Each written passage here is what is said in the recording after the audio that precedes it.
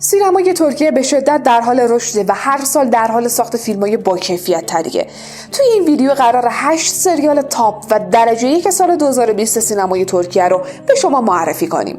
قبل از شروع ویدیو همین حالا با فشار دادن دکمه قرمز رنگ عضویت توی کانال ما عضو بشید و با ویدیوهای روزانه و هفتگی ما در رابطه با سینما و تلویزیون ترکیه همراه باشید. شماره 1 عشق 101 مینی سریال 8 قسمتی عشق 101 با مضمون جوانپسندانه در سال 2020 در شبکه نتفلیکس پخش میشه. داستان این سریال در مورد گروهی از جوانای دبیرستانیه که تلاش میکنن هر کاری رو که ممکنه انجام بدن تا معلم محبوبشون عاشق بشه و توی استانبول بمونه و همین دستمایه کلی اتفاق جالب و باحال در طول سریال میشه. در این سریال کان اورگانچی اوغلو و پینار دنیز نقش معلمای دبیرستان رو بازی میکنن و همچنین نقشای مکمل همدیگه هستن. Eda, burada. Işık, burada. Osman, burada. Kerem. شماره 2 انتخاب سریال انتخاب جدیدترین سریال استار تیوی و بازیگر محبوب ترکیه هالیت ارگنچه که هر هفته جمعه ها از این شبکه پخش میشه. تا حالا از این سریال فقط چند قسمت پخش شده ولی به گفته سایت ریتینگ بیش از 4 میلیون در هر هفته بیننده داشته. سریال ترکیه انتخاب به کارگردانی اولوش بایرکتار در سال 2020 ساخته شد. این سریال محصول کشور ترکیه و در ژانر خانوادگی و عاشقانه است. ماجرای سریال به این صورته که عرفان استاد اقتصاد در یک دانشگاهه اما متاسفانه به دلایلی از دانشگاه اخراج میشه و در همین زمان پسرش هم مبتلا به یک بیماری میشه. اون به خاطر همین مشکل شدیداً نیاز به پول داره و مجبور میشه که سراغ یکی از دوستای قدیمیش بره که شاید بتونه پولی به دست بیاره. اما از اینجاست که عرفان مجبور میشه واسه به دست آوردن پول وارد یک گروه مافیایی بشه و توی این راه زندگیش حسابی عوض میشه. اگر سریال آمریکایی بریکینگ بد رو دیده باشین متوجه میشین خط داستانی این سریال تا یه حدی از بریکینگ بد کپی برداری شده.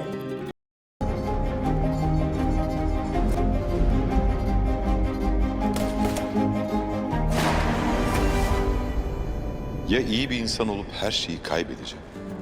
از بازیگرای شاخص این سریال میشه به آسلی انور، بیرجا آکالای و نور فتاح اوغلو اشاره کرد.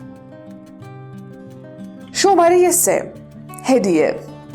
هدیه یا عطیه یه سریال در ژانر درام و با فضایی رمزآلود و فانتزیه.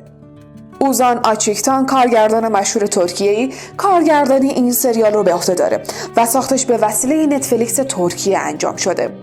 عطیه یه دختر متفاوت و آزاده که کارش نقاشیه و در کارش بسیار موفقه. عطیه از بچگی همیشه که نماد خاص تو ذهنش بود که نقاشی میکرد. یه روز وقتی باستانشناسا در تپه قدیمی یه دروازه کشف کردن و عکسش منتشر شد متوجه شد این همون نماده و برای کشف این که چه ارتباطی بین این اثر و چیزی که در ذهنش هست وجود داره راهی تپه قدیمی میشه و ماجراهای مرموز زیادی براش اتفاق میفته. ماجراهایی که خیلی رازآلود، هیجانی و باحالن. Hepimiz ilahi planın parçalarıyız.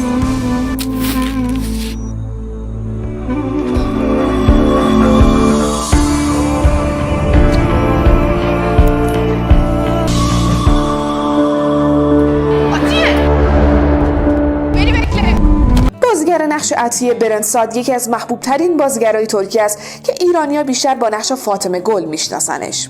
شماره 4 فصل دوم سریال هر جایی. اگه فصل اول سریال هر جایی رو ندیدین باید بگم که این سریال یه سریال عاطفی و درامه و 25 قسمت داره. این سریال توی ایران طرفداری زیادی به دست آورد که البته عمدتاً خانم بودن. ممکن این سریال رو با نام بی‌وفا هم شنیده باشین. این داستان راجع به یه عشقه که از دل انتقام به وجود میاد. اگه فصل اول این سریال رو دیدین احتمالاً بی‌صبرانه منتظر پیگیری فصل دومش هستین. Demedim aşka düşeceğimi, yanacağımı ve kaya gibi sert kalbimin onun avuçlarında un ufak olacağını bilemedim. İntikamdan شماره 5 دختر سفیر دختر سفیر یه مجموعه درامه که این روزا در حال پخش شدنه و کلی هم طرفدار به دست آورده. سانجار و ناره همدیگر رو دیوانه‌وار دوست دارن، اما پدر ناره مخالف رابطه‌شونه. ناره و سانجار تصمیم میگیرن فرار کنن و مخفیانه ازدواج کنن. اونا با همدیگه به یه جای دور افتاده فرار میکنن و همین شروعی میشه بر ماجرای عجیب و گاهی غم انگیزشون. این فیلم با تم سراسر eحساسی میتونه برای şoma جذاب başı. Kız ortadan kaybolmuş. Sonra kızı bir daha ne duyan ne de gören. بازیگر نقش سانجار انگین آکیورک و بازیگر نقش ناره نسلیان آتاگوله.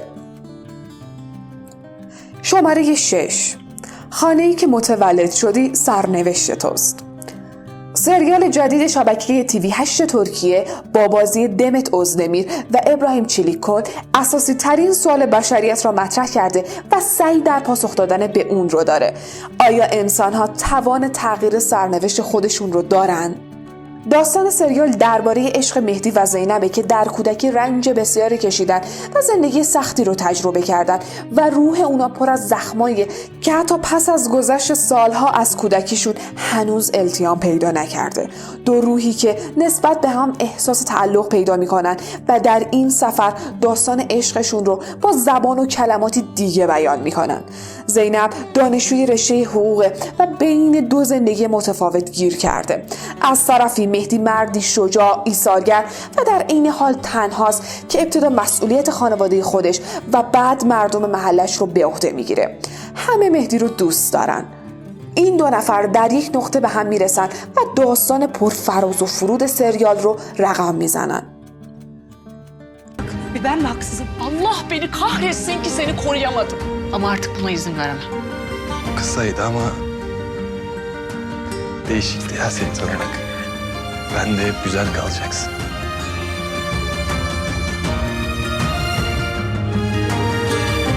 شماره 7.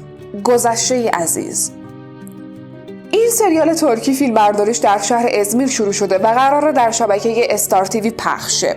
3 خواهر که سالها بیخبر از هم بزرگ شدن روزی نامه‌ای مرموز به دستشون میرسه و در عروسی یکی از اونها با هم دیدار میکنن.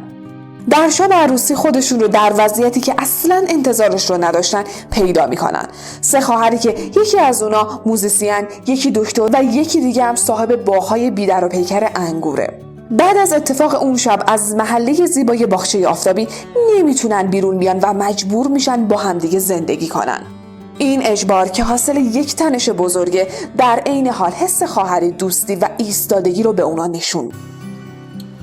Fotoğrafta çok mutlu görünüyorlar. Sanki hiç ayrılmayacakmış gibi. Baksanıza adam kadını seviyor.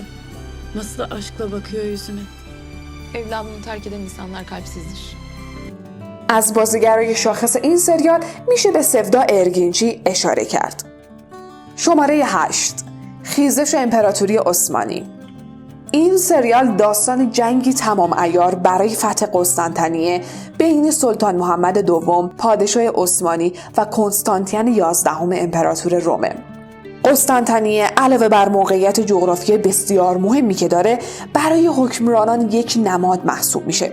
اونا معتقدن هر کس قسطنطنیه رو داشته باشه بر کل دنیا حکم میکنه. سقوط امپراتوری روم شرقی و طلوع امپراتوری عثمانی در این نقطه آغاز میشه. به قول برخی حکما برای اوجگیری یه امپراتوری دیگه باید سقوط کنه.